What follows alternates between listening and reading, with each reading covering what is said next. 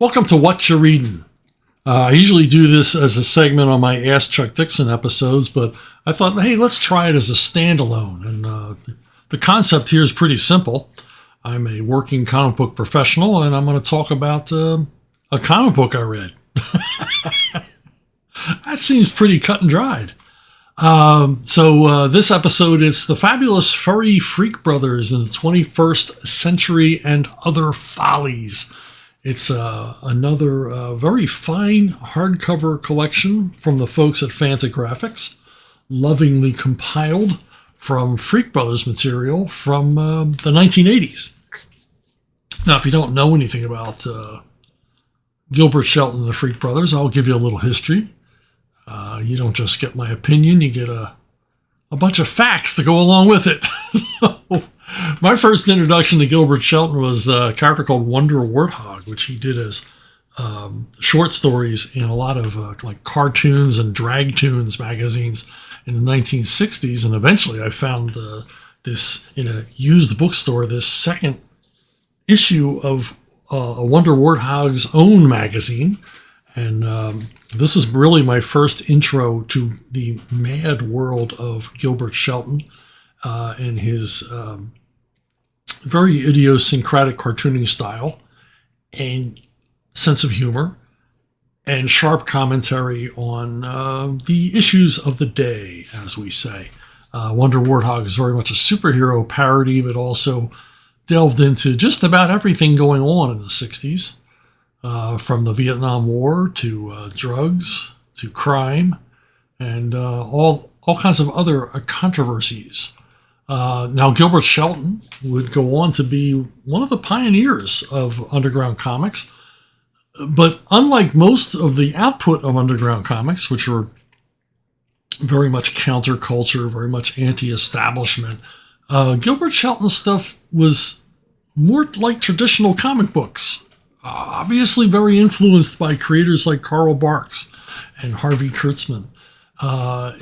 He created a consistent universe for his characters, unlike the more, absurdist, nonsensical, anti-structure work of many of the other people working in the undergrounds. And, I think I might be mistaken, but of all of the guys that come out of this period, Shelton had the longest, most consistent run of books.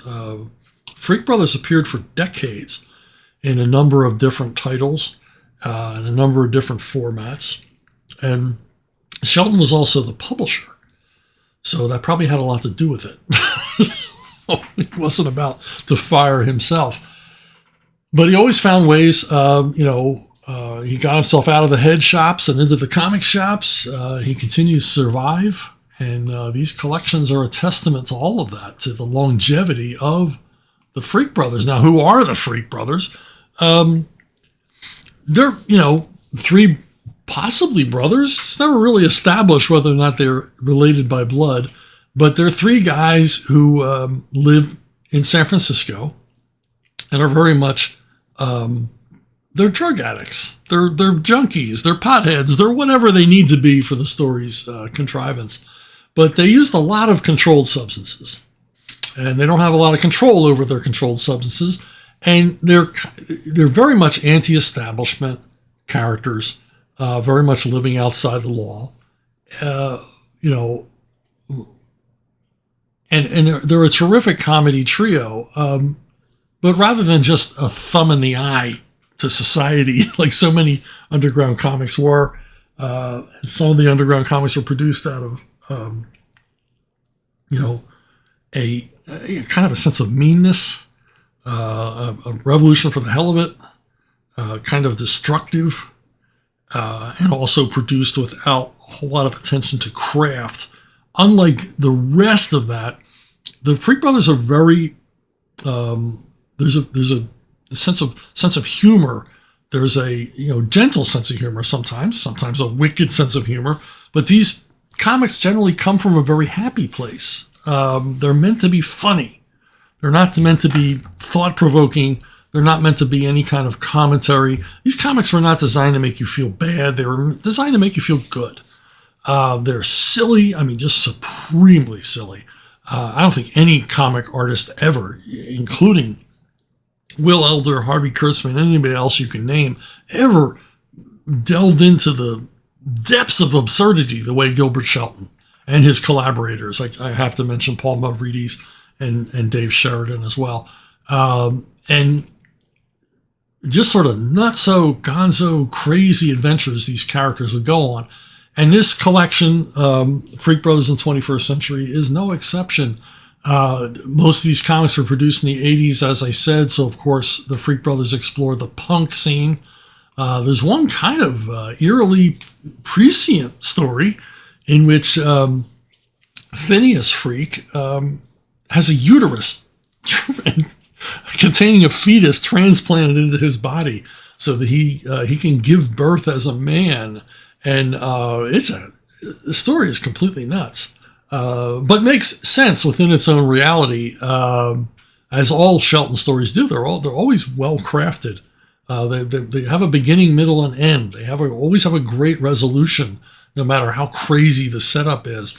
And this story is kind of eerie in the way it saw the future, and a lot of this collection includes satires of other comic genres, mostly imagined by Freddie Freak, who is a comic nut. And then here he sees himself as Conan the Barbarian. He sees himself as a superhero.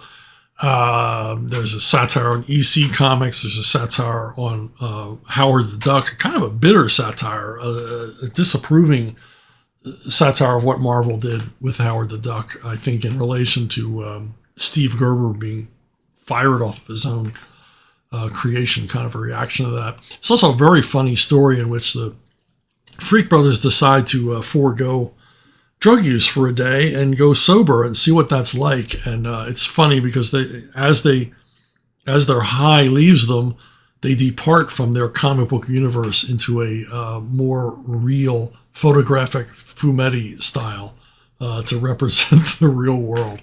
And after several pages of being extraordinarily unhappy, they decide to return to their drug-addled existence.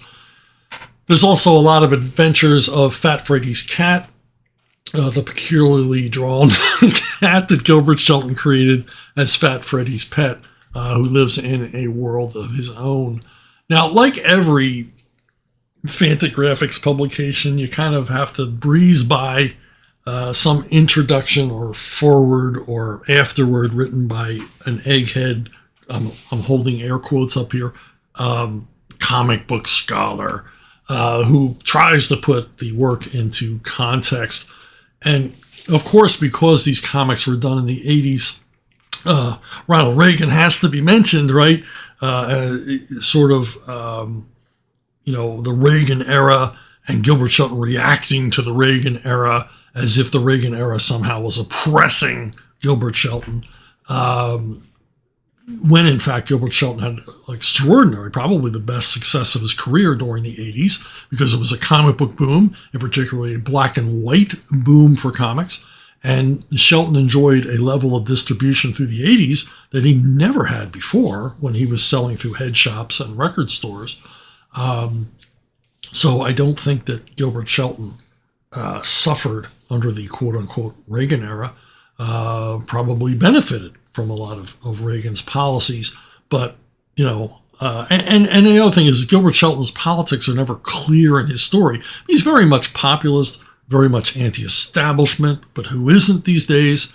But that's the fun of it, because characters like the Freak Brothers are very much modeled after, trios like the Marx Brothers and the Three Stooges. And those kind of characters are always anti-establishment. They're always anti-authoritarian, because that's what the humor derives from, these sort of trio of chaos-inducing characters, roaming around the world, leaving havoc in their wake. But it's like you can't mention anything from the 80s without mentioning Reagan. I'm a little tangent here.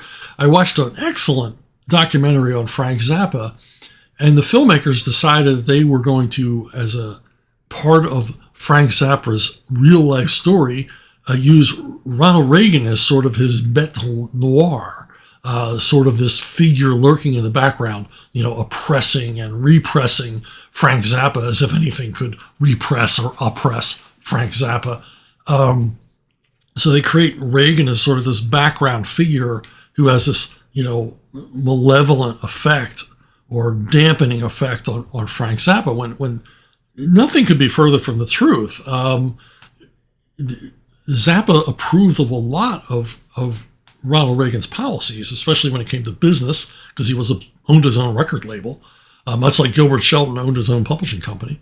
And he approved of a lot of Reagan's policies, and just like Gilbert Shelton, had his biggest commercial success in the 1980s while Reagan was president. And, there was no real sign, no matter how desperately the documentary tried to put this forth, there was no real indication or sign that Reagan's presidency had any negative effect on Zappa's career. He was productive through the 80s, had his most commercial successes during the 80s, and commercial success was never anything that Zappa pursued, obviously. But, he caught on. He was able to up the distribution on his own record label and probably, made more money than he'd ever made in his entire career. So not a lot of repression to be seen. But anyway, I'm it's all of a thing. Zappa, Gilbert Shelton, come from this kind of the same world, the same zeitgeist. So it all fits. And besides, it's my review. I'll talk about what I want to talk about, okay? Speaking of what I want to talk about, hey, if you order my new Conan novel, Siege of the Black Citadel, directly from Archaven Comics, I will provide the link. If you order the paperback, you get the ebook free. So and for right now, it's the only way to get the ebook is to buy the paperback direct from Archaven Comics. And in case you were asking, yes, the second novel has been completed. It's in the editing stages now, and I'm over a third of the way through the third novel. It was planned as a trilogy, but I'm having too much fun. I think I'm going to keep on going with the good Sumerian, and because I just have more Conan stories I want to tell. So if you've read it and enjoyed it, I thank you. And if you haven't read it, give it a whirl. If you're a fan of Robert E. Howard, I'm trying to do him justice here. So anyway, that's it. Tune in next time, and I'll talk about more of what I'm reading.